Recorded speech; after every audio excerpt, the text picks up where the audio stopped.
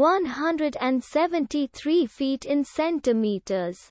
First of all, we need to know the value of 1 foot in centimeters. It's always 1 foot equals 30.48 centimeters. Now we have to multiply 30.48 by 173.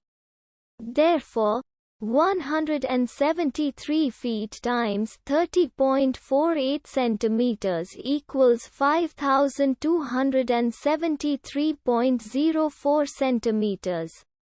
So, in other words, 173 feet equals 5273.04 centimeters.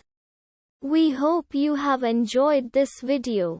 Please like and subscribe to our channel for more videos like this.